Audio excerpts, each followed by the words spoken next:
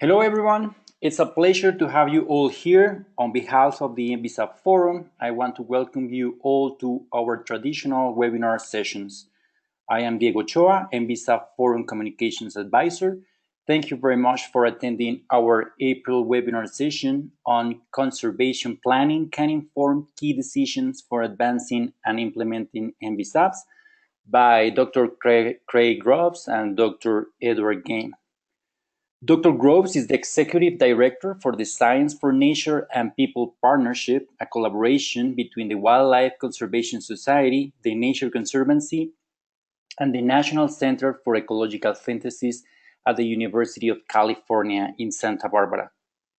With over 30 years of experience, Craig has led conservation to be more science-based and effective. He also serves as the series editor for the IUCN's World Commission on Protected Areas Best Practice Guidelines. Dr. Groves launched the Idaho Natural Heritage Program and has also served as the Director of Conservation Planning for TNC. He has written over 40 scientific articles on conservation planning, climate adaptation, and published 2 books on conservation planning. Drafting a Conservation Blueprint and Conservation Planning, Informing Decisions for a Healthy Planet, which is co-authored with Edward Game. Dr. Edward Game is the lead scientist for the Nature Conservancy's Asia-Pacific region. Dr. Game has worked on conservation projects in over 15 countries, helping to apply innovative methods and analysis to diverse projects. Dr. Game is currently editor-in-chief of the journal Conservation Letters and published his first book in 2015. Conservation Planning, Informed Decisions for a Healthier Planet was co-authored with Craig Groves. Eddie holds an adjunct faculty position at the University of Queensland. He has published more than 50 papers on aspects of conservation science, including climate change adaptation, conservation planning, efficient monitoring, return of investment, risk analysis, marine protected areas, coral reef resilience, and evolution. Conservation planning is fundamentally about making important decisions. What do we want to conserve? Where should we do it? How should we do it? What resources will it take? How we will know we have done it? During this webinar, Dr. Groves and Dr. Game will explain how conservation planning can inform key decisions during NBSAP implementation. They will provide an overview of the conservation planning roadmap they have developed that integrate strategic and spatial planning. They will focus on tools and methods that answer important questions related to NBSAP implementation. Welcome, Dr. Groves, welcome, Dr. Game, and thank you very much for attending this invitation. It is a pleasure to have you here today. As usual, in our sessions, I would like to remind you all some rules and dynamics in the NBSAP Forum webinar session. Microphones will be mute during the presentation. This reduces interferences and facilitates the communication. We will have a 1-hour presentation followed by 30 minutes of questions and discussion. Please send us in advance your questions or raise your hand in the control panel of GoToWebinar. If you want to speak and the connection allows, we will open your microphone during the Q&A sessions. As many of our participants are not English native speakers, me included, of course, I would like to remind our speakers the importance to talk slower. This fosters the comprehension among our practitioners around the world. Remember, this session is being recorded and it will be available on the NBSAP Forum website.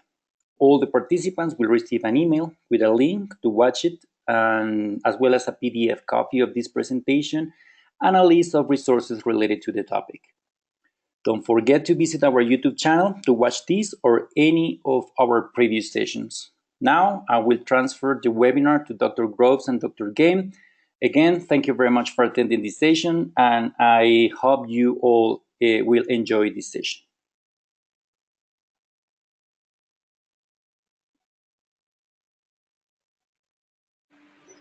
Thank you, Diego. Okay, to get Craig. Yeah. Yes, thank you, and thanks to Jamie Irvin and Chrissy Supples and Diego and Hina and other staff at UNDP for making this opportunity available to us. Next slide.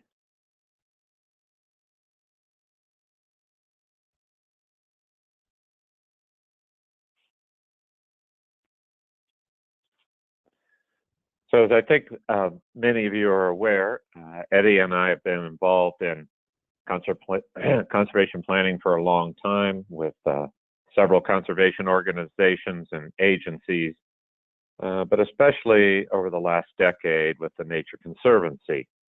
We had the opportunity to write a book on conservation planning, which was published by Macmillan in January 2016. Before we talk some today about this book, we both wanted to just make it clear that, one, this is not a Nature Conservancy book. We've pulled together our ideas on conservation planning from many different disciplines, many different institutions, and drawing on our experiences from many different organizations. The other point we wanted to make clear is, this really isn't for the purposes of publicity about the book per se. We didn't and aren't getting any royalties from this book. We specifically chose not to take any royalties to avoid any conflicts of interest, and we were also able to get the publisher to lower the price of the book and make it easier for practitioners to purchase because we didn't take any royalties. So I just wanted to get those points down right at the beginning. We're certainly going to be talking a lot about ideas in this book today. And as I said, we've tried to draw on experiences from a lot of different literature and disciplines and agencies and institutions. So we wrote this book really for practitioners such as yourselves as the target audience. This is really not an academic book. It's a book for practitioners, natural resource managers, conservation planners who work for government or who may work for a conservation organization to help you and them develop conservation plans for landscapes, seascapes, or even greater spatial scales, such as entire nations with NBSAPs. We've made efforts to illustrate many of the tools and methods that are in the book with real-world examples. So there's a lot of artwork in the book: tables, figures, maps, photos, and even some cartoons. Finally, there's been an enormous amount of literature written on what we call spatial planning, identifying places that are important for nature conservation. There's also been a considerable practice of what we'd call strategic planning, developing strategies and actions for which there's a little less literature to draw on. And what we've tried to do in this book is merge those questions of where to do conservation with the strategic planning of how to do conservation. And the bottom line is we want people who use this book to develop plans that have real impact and influence decisions. So we tried to take a really holistic approach that combines spatial and strategic planning. Next slide, please. And to that end, we wanted to start this presentation, and we started the beginning of the planning book with a roadmap to conservation planning. And we used this roadmap for a couple of reasons. It's as you look at this, you can see it's a sort of a question-based roadmap. It's been our experiences that there are many audiences for conservation plans that don't necessarily have a science or planning background, and many of the folks better understand and better respond to a set of questions than they might respond to some planning jargon per se that might be steps in planning, but more difficult to understand than asking a set of questions. In addition, we run into cases where conservation planning may be inadvertently addressing questions that aren't particularly of interest to managers and decision makers. So we think that this question-based approach will be of more interest and will help bring scientists, planners, and practitioners and decision makers to work more closely together, which is likely to lead to better results. So from the beginning of a planning exercise of understanding the context for planning and setting objectives for the plan to implementation at the other end, we've asked a set of questions about the planning process in this roadmap. Next slide, please.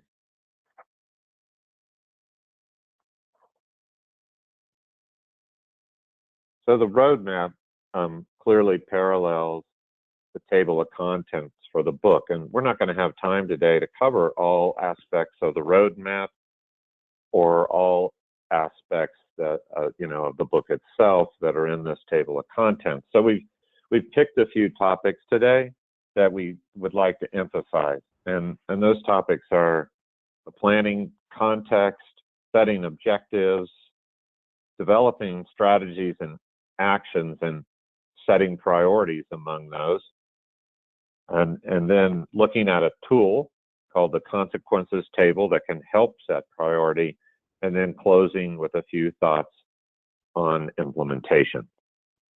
Next slide, please.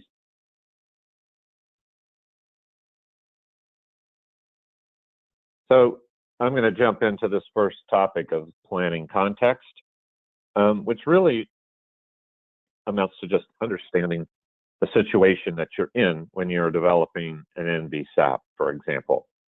We like to think there's sort of four general components of context: the purpose, decisions, constraints, and the audience. And the reason we place so much emphasis on context is that we too often find that people who are charged with developing conservation plans aren't necessarily really clear about why they are doing it.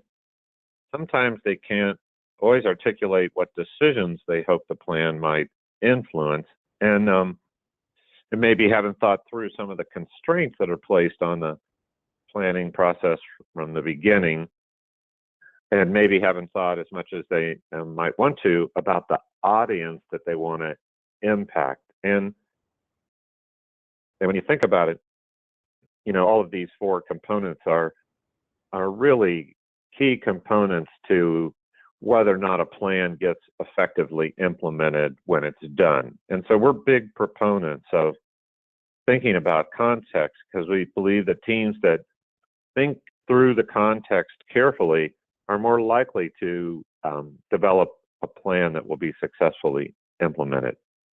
So next slide, please. So when we think about purpose related to NBSAPs, at one level, the purpose seems really clear, and this has been laid out by the Secretariat of the Convention, and that is that NBSAPs are instruments for implementing the Convention on Biodiversity at national levels. Of course, it's, I think, more helpful to think a little more deeply in each country about what the purpose is, and we can do that by defining what the problems are that NBSAPs are attempting to address in each country.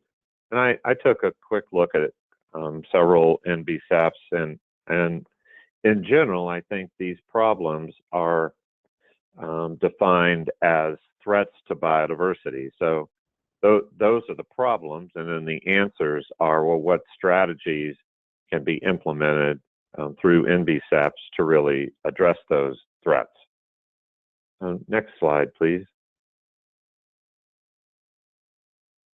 And I thought a good example really came from the Belize NBSAP, where they recognize that there are a lot of threats to biodiversity that are coming from poor management of the major extractive industries like fisheries and forestry. So one of the purposes of the plan then is to insert biodiversity conservation as a more important issue in national land use planning laws and policies. The only other point I wanted to make here about the purpose is that I think it's easy to define a long list of problems that a country might be facing related to biodiversity conservation, and then develop a long list of purposes. And that's not really what we're trying to do. We want the purpose to be a broader view, but focused on the most important problems and not trying to solve every problem with one plan. Next slide, please. So the second component of context, as we mentioned at the beginning, is about decisions. One of the most revealing questions that we can ask any conservation planning team that we've worked with is, what decisions do they hope their plan will influence? It's a really appropriate question to think about when developing an NBSAP, because the set of decisions that will be made over a certain time period by a national government that could affect biodiversity will vary a lot from country to country and from time period to time period. So it could be that an important decision about how water is going to be managed, or about how agriculture is development is going to take place, or energy development, or the establishment of new protected areas is going to be an important decision that will occur during the planning period. So whatever those important decisions are likely to be, it's important to understand them because they're going to impact biodiversity, and it makes sense then to go about planning with the intention of trying to influence those decisions. So of course, it's also an important corollary that we need to have a good idea about who are the people or the agencies or institutions that will be making the kinds of decisions that will affect biodiversity and that the plan could potentially influence. So those individuals or those institutions that are going to be making important decisions become one of the target audiences of the plan. Next slide, please.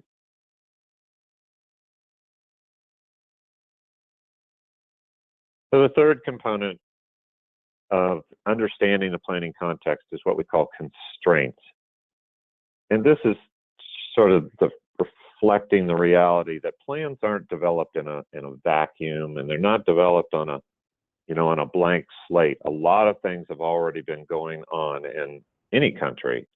So plans take shape against a backdrop of previous commitments and ongoing work, as well as sort of legal, political, economic, and cultural situations that present themselves in different countries. So constraints aren't necessarily negative. They can be positive or negative for a conservation planning effort, depending on the type of constraint. For example, one common constraint is that plans are often developed within existing laws. Where I live in the western United States, there's a great deal of land owned by the U.S. Forest Service.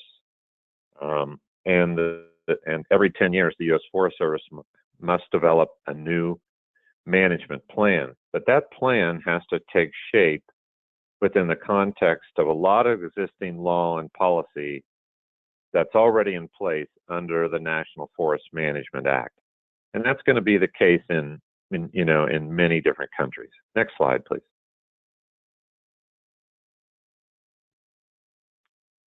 So here's just one example that I saw from the Solomon Islands NBSAP, which lists several constraints at the front of that document that existed when they started the development of their plan.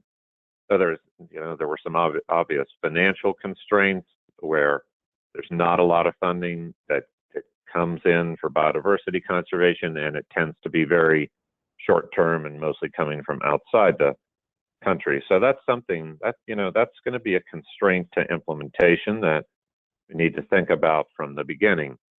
There are some cultural constraints in that many of the stakeholders, the communities in the country, don't necessarily value biodiversity per se, and nor do some of the government regulators.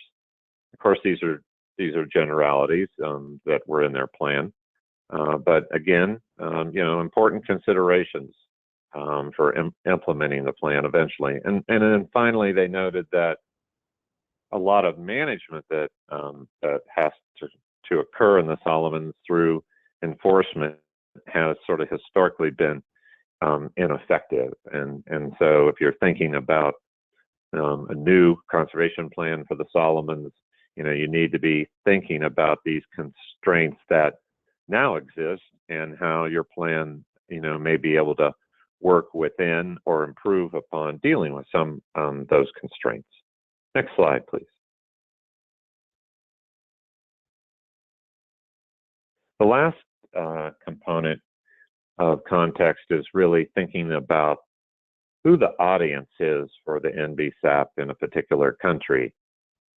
From the beginning of the planning effort, we want to identify those audiences. We want to, try to understand and evaluate, what the interest of different audiences is, and then figure out an engagement strategy for how the planning effort will interact with those. Next slide.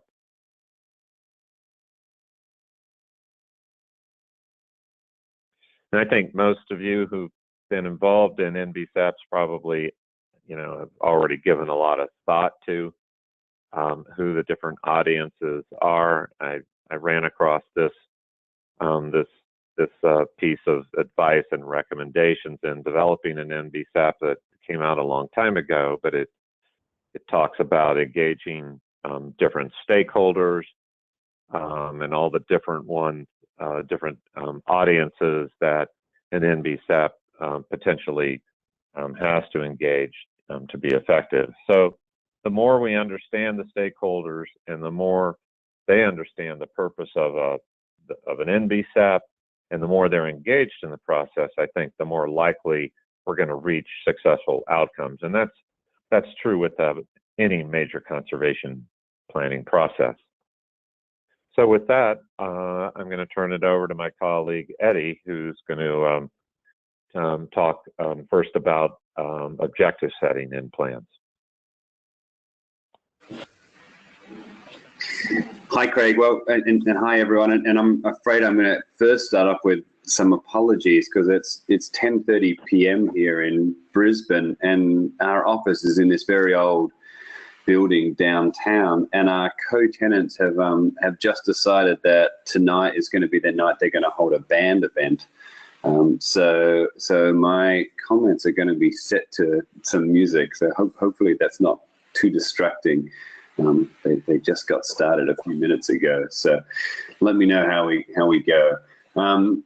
As Craig said, I'm going to start off talking about objectives, and NBSAPs really are all about achieving biodiversity objectives for each of these nations, and all of them should include an articulation of what it is that a nation ultimately wants its conservation actions to achieve. Why is it that we even care about the plan? Why do we even want to have this plan? We refer to those as a plan's fundamental objectives. And that's a term that is commonly used in the decision science literature, but hasn't been so common in the conservation planning literature. And importantly, we see these fundamental objectives really as matters of value. And I use the term value in the sense of what people care about. These are not matters of science, but matters of what people care about, what people value. And in developing NBSAPs, we see it as really important to distinguish between these fundamental objectives and what we might call means objectives, which many people will be familiar with, but they often don't notice that. So the fundamental objective, the example I have up there is something like, sustained sea turtle populations. It's really the thing we care about. A means objective, like the one that's now on the screen, are things that people often don't recognize as having a particular action tied up in them. So on the surface, the example I've got here, create 500 hectares of marine protected areas, seems like a very reasonable objective, but it also includes a statement of how we're going to achieve what we care about. My guess is that no one wants a marine protected area per se. What they want is healthy fish populations and healthy marine habitats. And they think that marine protected areas are a very good way to achieve that. And I'll talk on the next slide a little bit about some of the risks we see about around having objectives that combine kind of the way we're going to achieve something, the means of achieving something, and where we want to go. But before I do that, I just wanted to very briefly flag two other kinds of objectives that we mention in the book, and we think are important to capture kind of the full set of things that people care about in a decision. And these are process objectives and strategic objectives. And process objectives are really things about how a decision is made, the need to include different groups in those decisions, not so much about what we want to achieve, but they're key criteria for the process. And strategic objectives often reflect things that might be important to an organization, or in the case of an NBSAP, often a ministry.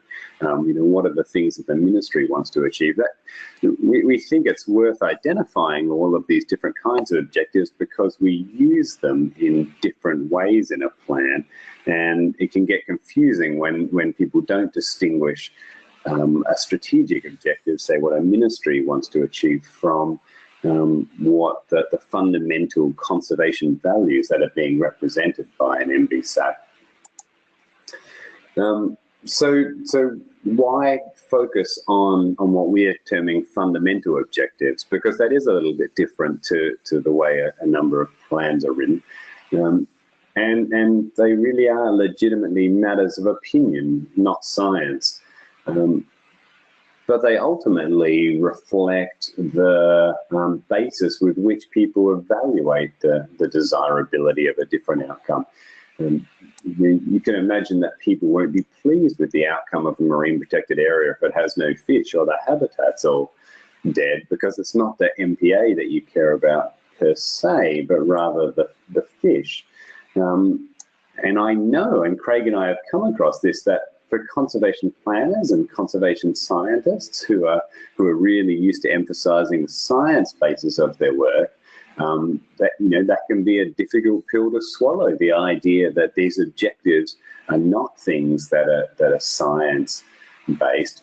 But we see that, and so do many others in the decision making, the decision science field, see that as a real strength, that decision processes and objectives are value driven. The science, any piece of science can really legitimately be questioned, and often is, but there remains some sanctity around the notion that you're free to develop and seek support for your own values. So a focus on a value-driven decision support system helps kind of distinguish between things that should not be and science, which should be contested.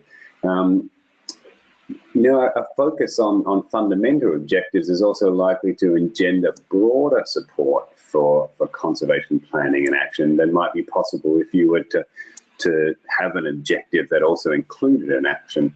Now, a good and common example, sort of a general example of this, a more general one than the marine protected area example I gave, is that there's reasonable speculation that in the United States, some of the resistance to action on climate change over the last decade was a result really against opposition, not so much against climate change or the things that those actions were trying to achieve, but the fact that they often involve solutions, this idea of cap and trade, and essentially a tax. And so you had a whole raft of people who were opposed to the solution, not necessarily, they may have in fact agreed on the objectives should be, protecting values and lifestyle in a changing climate, but that they disagreed about the solution. And by combining the solution and the objective in the same statement or the same goal, it diminished support for that. And keeping those kind of end goals, those fundamental objectives in mind, also helps keep the process open to new ideas. And if you have objectives that already squeeze us into an action, you're probably going to prematurely narrow our focus to those things, and new ideas do come along all the time. So I think it's important to keep those planning processes as open as possible, and hopefully that will be evident in some of the other slides I'm going to show. So what does a fundamental objective look like? You're probably used to seeing things that are SMART objectives, contain statements that are very specific and measurable and achievable and have lots of numbers in them. Well, we actually think that a good fundamental objective just has two things in it. It's much more straightforward than many of the objectives you're probably familiar with. And those two things are simply the thing that matters and the direction you want to go. And that's usually an increase or a decrease, occasionally a remain still. But most often it's enough to just talk about an increase or a decrease. So I have drawn an example here below from the Nature Conservancy, but it could be equally from an NBSAP. That these were fundamental objectives of a conservation plan. They were around increasing the population of threatened and endangered species or increasing apex predators. We really see objective statements as that straightforward. How do you get to these fundamental objectives? Well, people often need some help because there is a natural tendency to offer objectives that do include actions, like what I was terming before means objectives. We've been so trained to think that they're more specific, so they must be better. So that's kind of where our mind goes, and it also helps with kind of richness. We feel we can think of a solution, so why not add it into the objective? So there are some tricks that we use to help get to these lists. You can start by asking a series of probing questions, things like what is wrong with the current situation, or what would be the best outcome you can imagine, or what would be the worst outcome that you can imagine. And you can also play something that we call the why game. Now, there are details of all of these in our book, and I should say I'm skipping over this rather quickly, but we do go into quite a lot of detail in the book. But the why game essentially involves asking people why something is important. So you'll probably all be familiar with objectives that sound something like an offset program for new energy developments is successfully implemented. And we would ask, well, why is that important? And hopefully someone would say something like, well, energy developments are likely to damage habitats. Well, why is that important? Because often those habitats, energy developments occur on rare or sensitive habitats. Well, why is that important?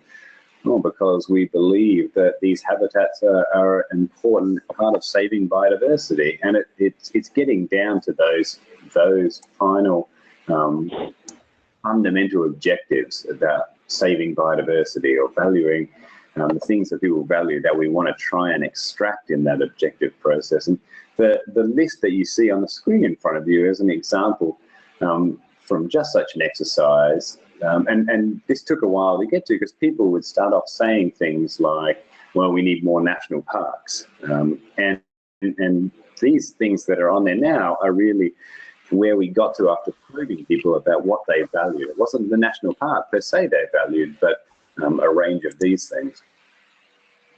But that, they can be quite a long list, as you saw from one small exercise. So from our NBSAP, I would expect it to be quite a long list.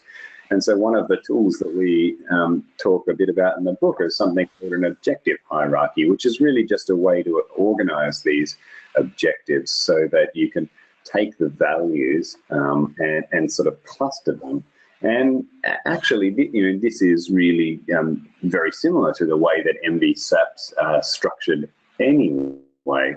We're just suggesting making it more explicit. We found it really useful to group these objectives. And on this screen, you can see the things in blue on the very right-hand side are statements of fundamental objectives. And as you go towards the left, further up the hierarchy, you see those answers that people gave about the things that they value. All right. So once you're clear on your fundamental objectives, you have to work out how you're going to achieve them. And I'm going to use an example here from a biosphere planning exercise in Australia. And in this case, two objectives for the biosphere and for the planning exercise to increase fish biomass, so fish abundance, and increase biodiversity. And I think, honestly, the most critical thing here is just to build in enough time to think very deliberately about what options you have to achieve these objectives. As Craig mentioned, we process to help make better decisions, and good decisions really depend on having good options to decide between. But it's amazing how often we see, and I suspect you've all seen as well, plans that simply put forward either the set of things that are already being worked on or the first options that are being proposed, and really don't give enough space in the planning process to generating new options or new ideas, or even a large set of ideas that might be evaluated as part of that planning process. This is somewhere we can do better. And as a small example from this biosphere reserve, here's the set that a group of experts came up with, and this was probably half a day's work, and the actual details of them don't matter. But what's important here is that from those two fundamental objectives around fish abundance and biodiversity, we now had a list of 12 very different options to evaluate, and these are not mutually exclusive options. It's not like you need to choose one or the other, and we ended up doing, the Biosphere Reserve ended up doing more than one of these and combining some, but here is at least something that the planning process would then say, these are the set of options that we're going to look across and make a really informed decision about the best thing to do in this case. So for doing this, the first one, as I said, is make space for it in the planning process. Make a deliberate effort. The next one is to really challenge perceived constraints. People often dismiss ideas or don't put ideas forward because they don't see them as feasible. They may think they're politically feasible or infeasible or economically infeasible. Our suggestion is to retain those ideas. One person's understanding of a constraint can be very different to somebody else's, and they're often only perceived constraints. So we really suggest kind of create first and let the planning process evaluate those solutions. Don't anchor on the initial set. Often we become very fixated. This is a natural cognitive bias that we all suffer from, is to kind of gravitate to the first thing that's being proposed. Another common cognitive bias is known as sunk cost bias, which is essentially saying, well, we spend a lot of money on this thing already. Let's say we've already invested a great deal in grazing management on these grasslands, therefore we should continue to invest in grazing management as a key biodiversity strategy. kind of already said this next one, and a final and surprisingly useful one is to build some sort of disruption into the process, and by disruption I mean getting kind of outsiders, people who don't live and breathe biodiversity action planning each day, because often they look at things quite a different angle and can really help build out a good set of options to evaluate. So now, I know I'm covering a lot of stuff fairly quickly here, and certainly missing some of the questions and guidance that Craig and I could go into more detail in the book. But in general, once you have your objectives and you have a set of questions that you're going to evaluate, you do that by working out how each of those actions is going to influence the objectives. You have how they're going to achieve the objectives, and this involves prediction. And you know, I suspect that most conservation planners and conservation scientists don't think of it this way, but I would argue that making predictions is the principal task of a conservation scientist. You know, it's really these predictions of impact that different strategies or different actions are going to have. In the case of NBSAPs, different strategies particularly, that forms the basis of our decisions, and it's what most of our science is ultimately about, making better predictions about how impactful a strategy is going to be. We don't always do that explicitly, because as this quote from the rather elliptical Yogi Berra says, you know, it's tough to make predictions. And there are a huge range of tools to help with actually making the predictions. These are all going to be models of some description. They could be just mental models, you know, I think this based on my experience, or they could be very complicated mathematical models. But what I want to cover here is not the models, but a couple of tools that we've found really useful in helping structure and organize these predictions and make choices about options. So the first of these is a theory of change, or results chain. I suspect some form of this will be familiar to nearly everyone on the webinar. And in fact, as I've recently discovered through an interdisciplinary collaboration that the Nature Conservancy is involved in, that some form of this is common to many other fields like health and epidemiology, development.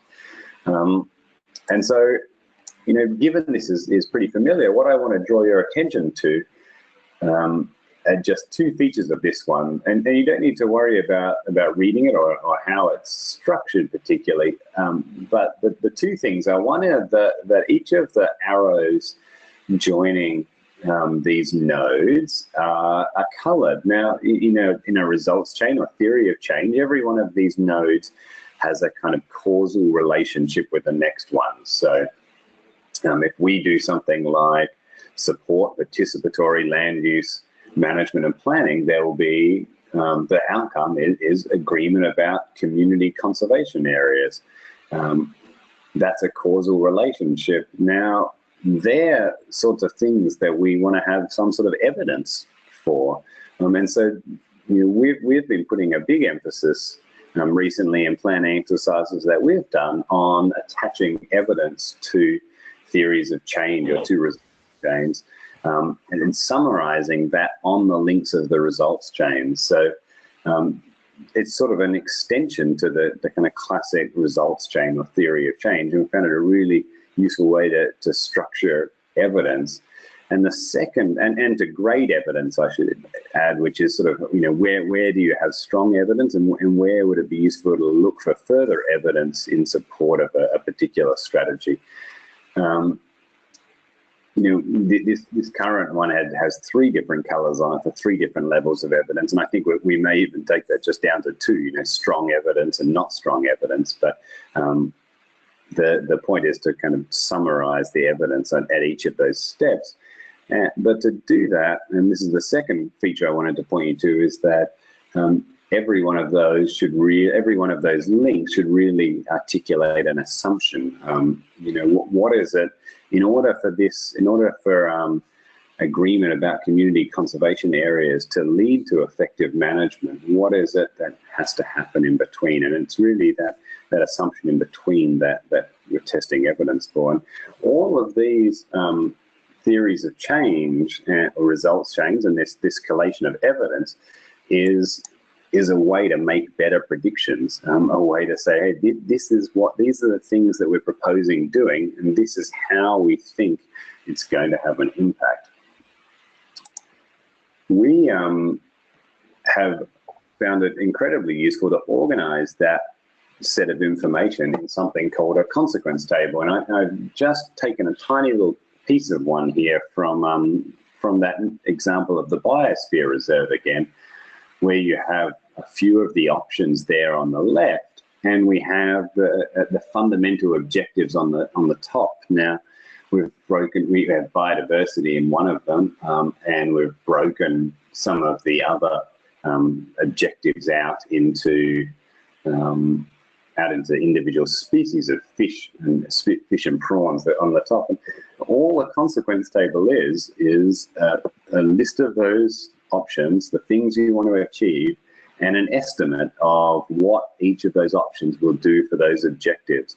And it's a really quick way to say, well, first of all, where do we have information and where do we not have information? You'll see some of these are blank.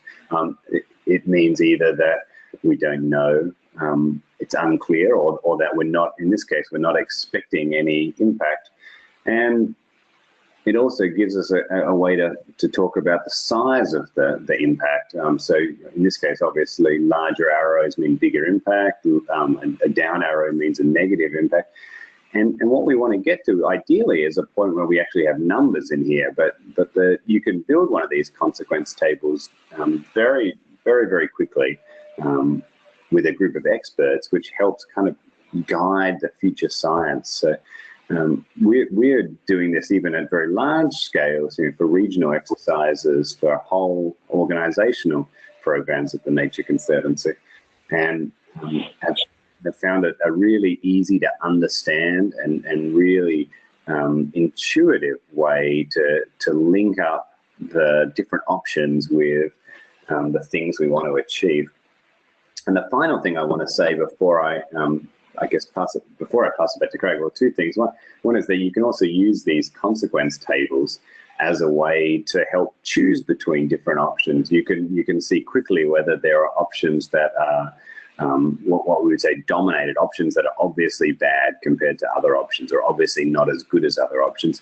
And there are also some tricks you can do to make those lines more comparable. And we go into some detail in our book about that.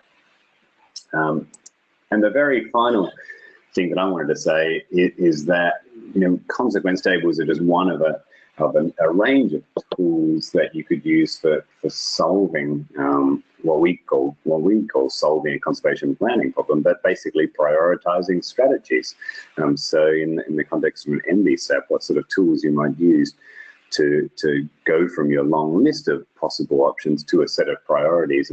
And the set on here are the ones that we cover in the book, and the ones that we have found most commonly useful in conservation plans, and they're organized roughly in order of complexity. And that's the consequence tables that I've mentioned already, kind of right at the beginning: multi-criteria decision analysis, return on investment, spatial prioritization, which, as Craig mentioned, a lot has been written about that. Optimization and trade-off analysis, and a webinar. Obviously, not the time to go into great detail on those, but there is a good deal written about all of those, and we really wanted just to make sure that people knew there was a range of tools out there to help prioritize or identify the best strategies. So with that, I'm going to pass it back to Craig.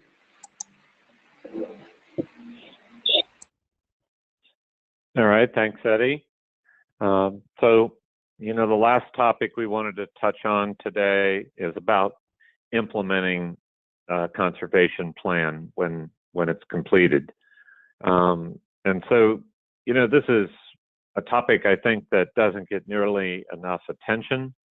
You've put a huge effort into developing an NBSAP or some other conservation planning effort and maybe haven't thought nearly as much about how am I actually going to take this plan and make sure it has some impact. And although I don't have experience with NBSAPs, we do have experience with plans in several agencies in Australia and the United States, as well as with a lot of non-governmental organization conservation plans around the world. And I think there's a lot of challenges to implementation, but three of them that we commonly see are first, that a plan will at times end up consisting of a long list of strategies and actions that don't really have a sense of priority to them. And that's, can be just very daunting to have what we call these laundry lists. And what can really help is to have a shorter, more prioritized list. What are the most important strategies and actions that an NBSAP or any conservation plan could take? Secondly, you'll see, the money sign, and what this is referring to is that, oftentimes I think not enough thought has gone into how much staff time or resources or money would it really take to implement a particular strategy or a set of actions. And so this has really becomes about the feasibility of doing something. And we commonly see that plans have a lot of strategies and actions in them where, the people that have been preparing the plan, really haven't thought out, well, how much is it going to take in terms of time and money to do this? And is this a practical strategy or action that we could really make happen? And the last one, and this is by no means the only hurdles to implementation, and you've probably seen this, sometimes people deliver these, really gigantic plans that just nobody has the time to read. And so this is really about how do we communicate the key points of a plan to key audiences. And I'll say more about that in just a moment. Next slide, please.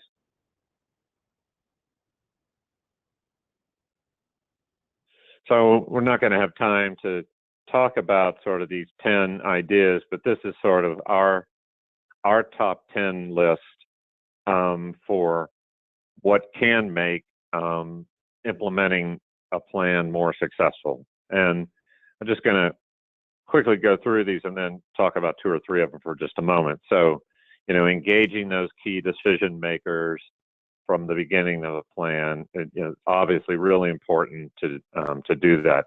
Having strong, effective leadership of whoever is developing the plan turns out to be really important. Thinking from the beginning about how to connect the development of the plan with implementation. And as Eddie just went through, sort of looking at a range of possible strategies and actions, and then evaluating what, the feasibility of whether those are going to be effective. And Eddie just gave you some examples of that in a consequence table. Engaging stakeholders, we mentioned that at the beginning of this webinar. Next slide, please. And just to round out this top 10, and then I'll say a couple of words about a couple of these that I think are more important. It's really paying attention to the context that we talked about at the beginning of the webinar of what's the real purpose of the plan, what decisions do you hope to influence, and who are the target audience, what are some of the constraints. That seventh one we just talked about is focusing on a much smaller set of what are the highest priority strategies and actions that could really make a difference in a country. we've already talked about the importance of target audiences, but in an implementation aspect of the plan, you want to think about how do I communicate to those target audiences. Of course, monitoring. We want to understand whether the strategies and actions that are being implemented are having the intended effect, and if not, over time to revise the plan and the strategies and actions so that they will have. Excuse me. And then lastly, thinking about products that could come from the plan that can really engage decision makers. The next slide, please. So just to highlight a couple of these, and this first one about engaging decision makers, I just wanted to pass on a very brief story or anecdote for you that I was talking to a colleague once several years ago who was frustrated that his organization, hadn't taken any actions to implement the plan that he and his colleagues had worked on for a long time and put so much effort into. And, we started talking about it. It became clear that several scientists in the organization had put the plan together, but they really hadn't engaged a lot of the key managers and directors and decision makers in the organization. And in fact, many of them didn't even know that the scientists were putting that plan together. And so, this is just the point to make that, if you engage key decision makers from the beginning, they're part of the planning process, and you're understanding the questions that they hope a plan will address, it's more likely then that when you go to implement the plan, that it's going to have some of the effect that that we really wanted it to have. So it's really engaging those key decision makers and managers and directors in the development of the plan from the beginning. Next slide, please.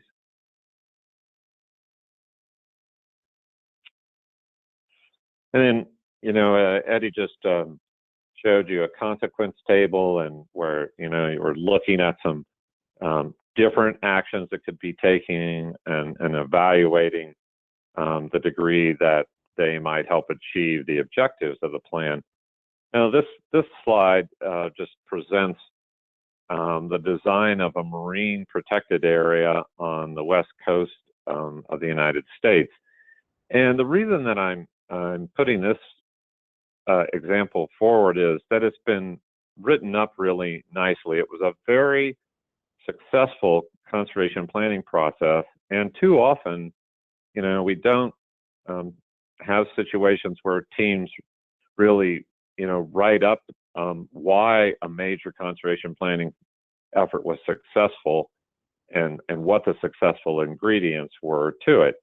And if you look to the right of the map, you'll see that they under round one, they evaluated several different options. They did a lot of outreach to all kinds of stakeholders, fishermen and recreationists and government, industry, in the establishment of these different protected areas.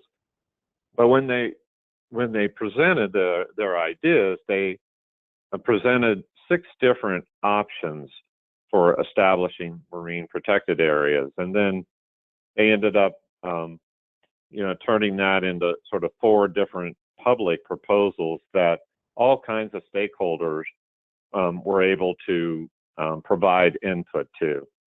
And so I'm just showing this as one of the key ingredients of this particular planning effort was a presentation of a range of alternatives, in this case of the design of a marine protected area, and then an enormous amount of stakeholder input into those different options, and then taking that stakeholder input and using it to make a final selection through a really lengthy stakeholder engagement process. So that's the value of, evaluating different options, different types of strategies and actions to achieve your goals. Next slide, please.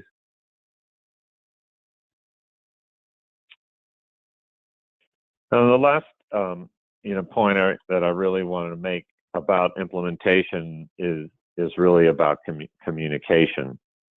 And this particular table comes from a publication that many of you may be familiar with. It's the Open Standards for the Practice of Conservation that's been put out by the Conservation and Measures Partnership, and it's actually referring to audiences about monitoring the effectiveness of a plan. But I think it's an equally useful table for thinking about the fact that there are many different groups who are audiences for the plan, and this is just one example. It may not be entirely appropriate for an NBSAP, but you get the point that there are communities out there. There are donors.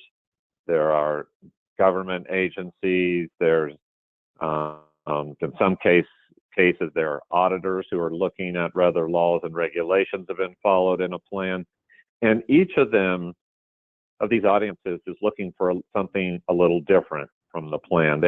Their question about the plan that they're most interested in having answered might be different depending on the audience. And so when it comes to finishing up a plan and then working with all the different stakeholder groups to get it implemented, we want to think about, well, how do I communicate with these different stakeholder groups that are out there? And we want to tailor our communications to the kinds of questions that these different stakeholder groups will want to know about in terms of the plan or the NBSAP. So I know that we've covered that Eddie and I covered a lot of ground today in this first hour of the webinar. We've touched on what we think are some of the most important topics in the development of a conservation plan. Clearly, there's a lot of tools and methods and even some topics like ecosystem services or planning for climate adaptation that we didn't touch on at all today, that we devote entire chapters to in the book. But we do want to now take some time to both thank you for participating today and to open up the webinar to some questions. So I think we'll probably turn it over to Diego. Many thanks, Dr. Grove. Many thanks, Dr. Game. This is a really interesting and relevant topic for our NBSAP 4 members. I am sure our audience finds your presentation useful for NBSAP implementation. I would like to invite our attendees to share your questions, doubts, and comments, or raise your hand to participate in the Q&A session. Please use the control panel of the GoToWebinar platform. We can open your microphones or read your questions depending on your preference. I have one raised hand and a couple of questions. Let me 1 second. I'm going to open Daniel Sabort's microphone. Can you hear us, Daniel? Hello? Okay, I think we have some issues with the audio. I'm going to read Daniel's questions. He says, how do you incorporate conservation subdivision design into conservation planning? Which one do you see as leading the other one?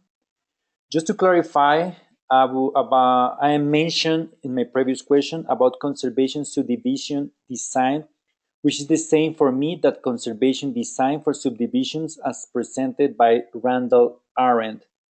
What do you do when no conservation planning has been done and there is pressure to develop land? There is a lot of questions, so I'm not sure if you want to start answering the first question, Dr. Groves or Dr. Game. Can you repeat the first question that you posed?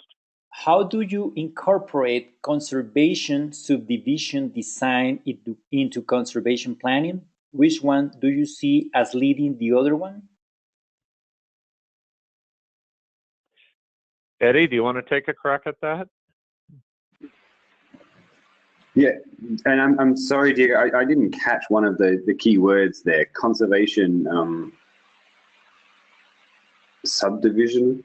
Yeah, he mentioned conservation subdivision design into conservation planning. What do you do when no conservation planning has been done and there is a pressure to develop land?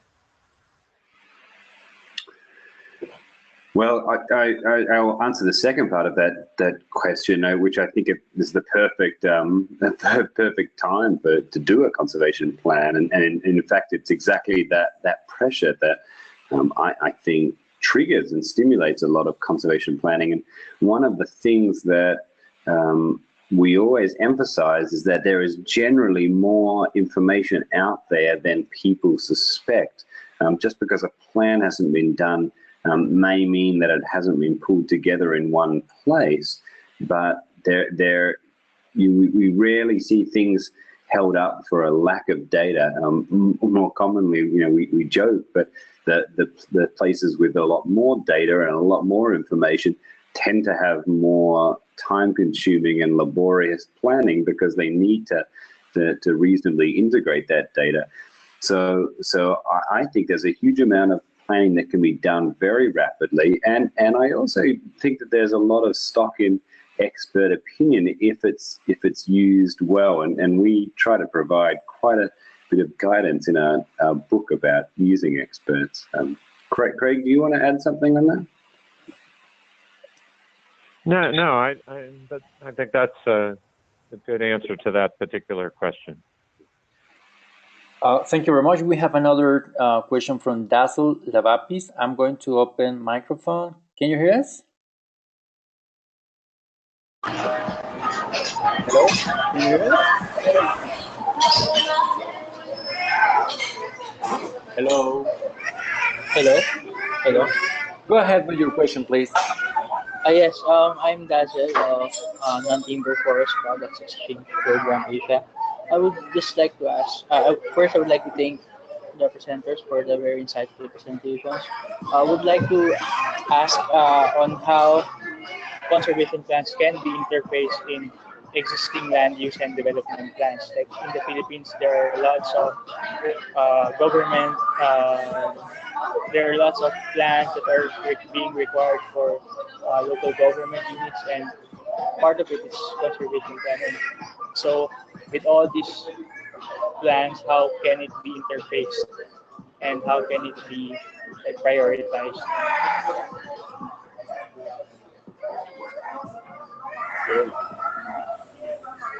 Well, I think there's a relatively straightforward answer to that I would offer, which is that we, as people representing the conservation community and conservation values, we have to come to these other planning processes with two key things. One are the objectives that we want to achieve, to be clear about those, and second of all, how we would look across a landscape or a seascape and measure those and measure the achievement of those.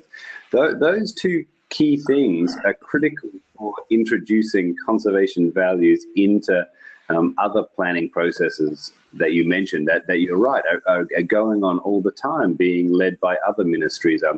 Transport agencies are doing road planning. They don't, it's not in their remit to think about biodiversity necessarily. Experience has been if the conservation community can go to them with a clear set of objectives and a way that they can incorporate that because they can measure the impact of their strategies on it, then that is effective. So I think it's about co-opting those other planning processes to include conservation, but you need to go armed with those two things.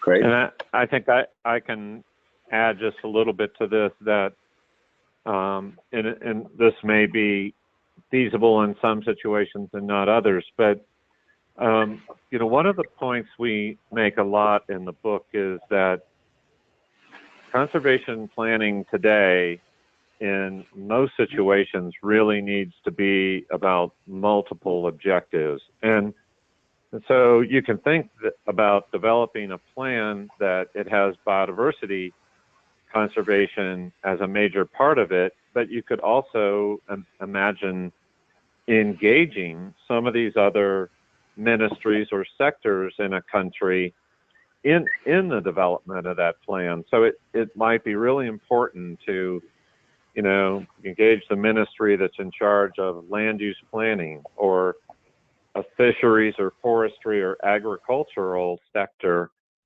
you know, engage them in the development of the NBSAP, so that, you know, the things that they're trying to achieve, you know, you're thinking together about, okay, how can we achieve some of these objectives about biodiversity while also trying to achieve objectives related to agriculture, you know, to forestry, to fisheries. And this is probably going to be increasingly important to do given the sustainable development goals, where, you know, most nations that are developing NBSAPs are now going to be trying to attain the sustainable development objectives. And although it's certainly possible to obtain multiple objectives, it would be very easy to develop a conservation plan that would put these in conflict. So, you know, one way that you might think about this is to go to those other, you know, major ministries that are involved in developing their own plans, and really bring them to the table in the development of the NBSAP. And that's my addition. Thank you very much. We have another hand raised by Daniela Betkovic. Daniela, can you hear us?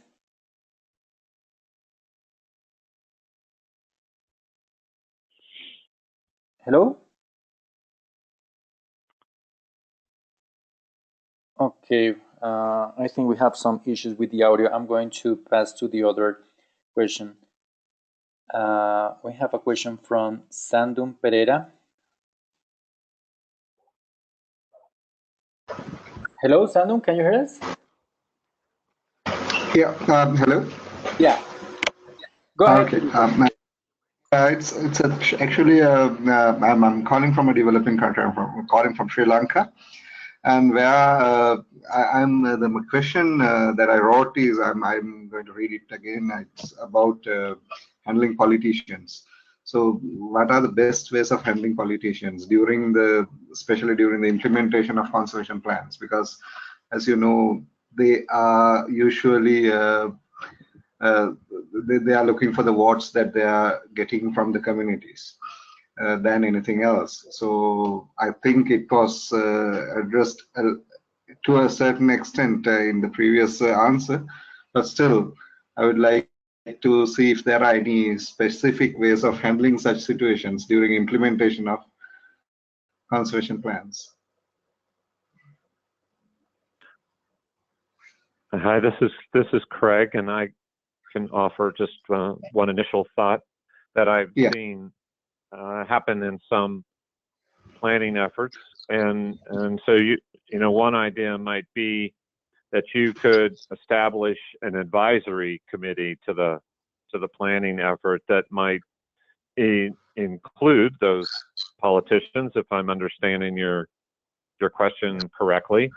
I think another way to think about that is if those politicians generally represent a constituency like a community, then you know, this is where it'll be really important to make sure in the stakeholder outreach that you can demonstrate that you've engaged particular communities and gotten their ideas from the plan, because otherwise you set yourself up for a politician to be, you know, potentially negative about the plan because his or her community, you know, wasn't engaged in the planning process.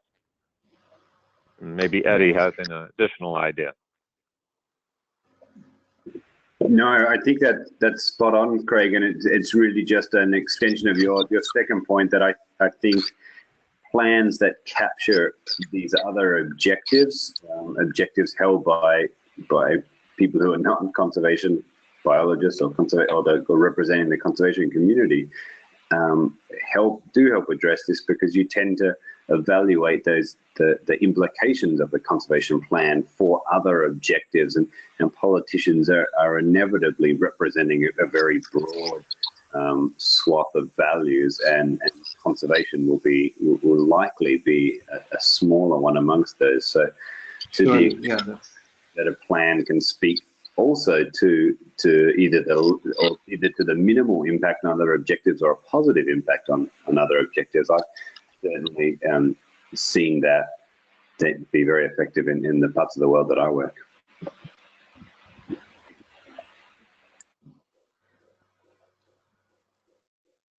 Thank you. We have a question from Sandra Elvin. Sandra, can you hear us? I'm not sure about the audio. I'm going to read her questions. The first one is, how have you been able to get buy-in from stakeholders? And the second one is, how can I order a copy of the book? Well, we can answer those questions, I think, at least with an example, and then the book one is fairly easy. So the easiest way is to order it on Amazon, and that's the main place that it's available for sale. The sort of turning to the first question, and can you repeat that again, just so I make sure I understand it correctly? Sure. How have you been able to get buy-in from stakeholders? So Eddie can offer up some examples from perhaps the Asia Pacific realm, and I'll just offer up one thought on that. And depending upon who those stakeholders are, we increasingly see examples around the world where those stakeholders could even become part of the planning team. So, for example, in a lot of places in the world, there's major infrastructure development that's happening that's going to impact biodiversity. It could be mining, it could be hydropower, it could be new roads. And one way to engage the important stakeholders who are undertaking that infrastructure is bring them into the planning process, and where you're actually able to then look at areas where infrastructure development is planned, and then those on the planning team that are more oriented towards the biodiversity conservation aspects can begin to work with the development aspects in terms of designing the development so that it has the least impact on biodiversity. And we increasingly see a lot of examples around the world of this, and I think it could be applicable to NBSAPs. I'll just mention one where the Chinese government has been engaged in extensive planning for hydropower development. We know hydropower development is going to take place in a lot of places in the world. So, the goal, it's not realistic to say we're not going to have hydropower development. But what is realistic is to get engaged in the design of that development so that it has the least impact on nature conservation. And it could be that plan turns out to say, well, there are certain places where it's just not going to work to have a dam. In other places, we could have a hydropower facility with a particular design that will have less impact on the environment. So that's just an example of how the conservation community, whether it's agencies or non-governmental organizations, can really get seriously engaged with the development community of stakeholders to try to develop a plan that's going to really minimize and mitigate the development's impact on biodiversity. So Eddie, you may have some examples to add to that. Just two very quick things. One is that I would encourage you to do that engagement as early as possible, right at the beginning of the planning process. And the second thing is to approach it and approach your stakeholders very explicitly with an open mind about their values and what they want to achieve, and the place and space for those in the planning process. That's all I would add. Okay, thank you very much. Sandra says also thank you. I have another question from Lydia Kai. Can you hear us? Yes. Go ahead with your question, please. Thank you very much for the presentations. I have a question about, if I understand correctly, I'm particularly interested in you said about the value-based planning. But my question is, how are going to you prioritize these values, in planning when you see that biodiversity has so many values? How could you prioritize among these values? Thank you. Oh yeah, so that's a terrific question, and there's kind of two parts to it. One, and I think what you're touching on is that biodiversity is immense, and if you ask people which pieces are important, you can get a very long list very rapidly. That's where that objective hierarchy can really help. So a lot of down to kind of listing species or different parts of biodiversity, as long as they're kind of roughly equivalent. I mean, habitats or endangered species, they can be lumped as groups. So I would first of all encourage some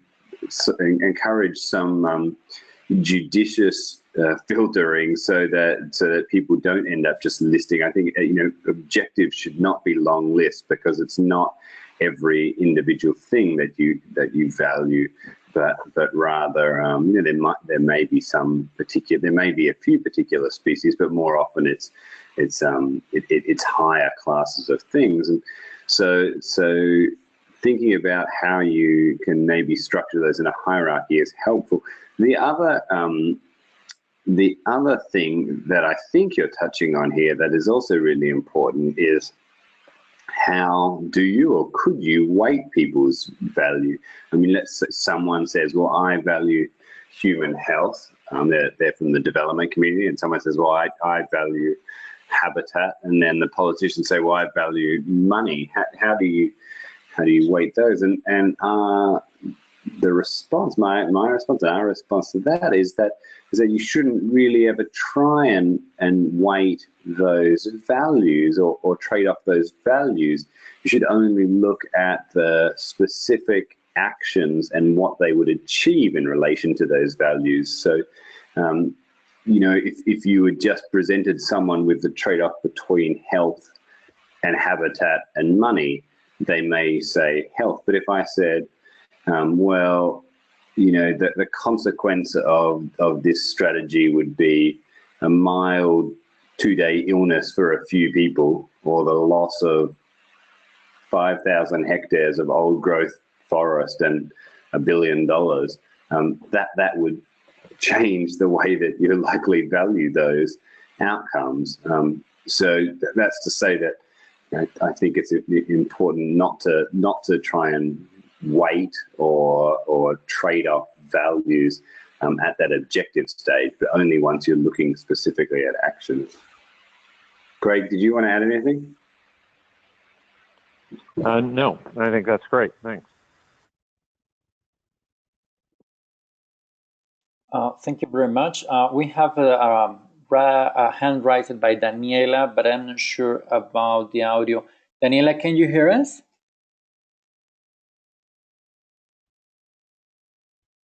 No, we have problems with the audio. Okay, it's almost the hour and the time is over. I do not have any other question or hand raised. So many thanks again, Dr. Groves and Dr. Game, for your time, and thank you all for your participation in this April webinar.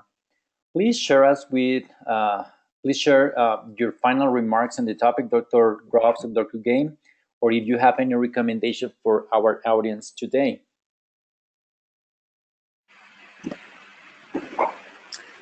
Well, I'll just say thank you very much for listening to us. You know, as Craig said, when we wrote this book, it was really with an audience like this, an audience of practitioners doing the whole-face work that we had in mind, and wanted to help provide some tools.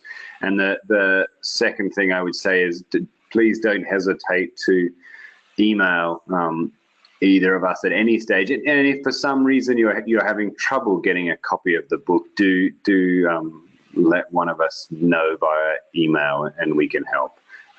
Thank you. Craig?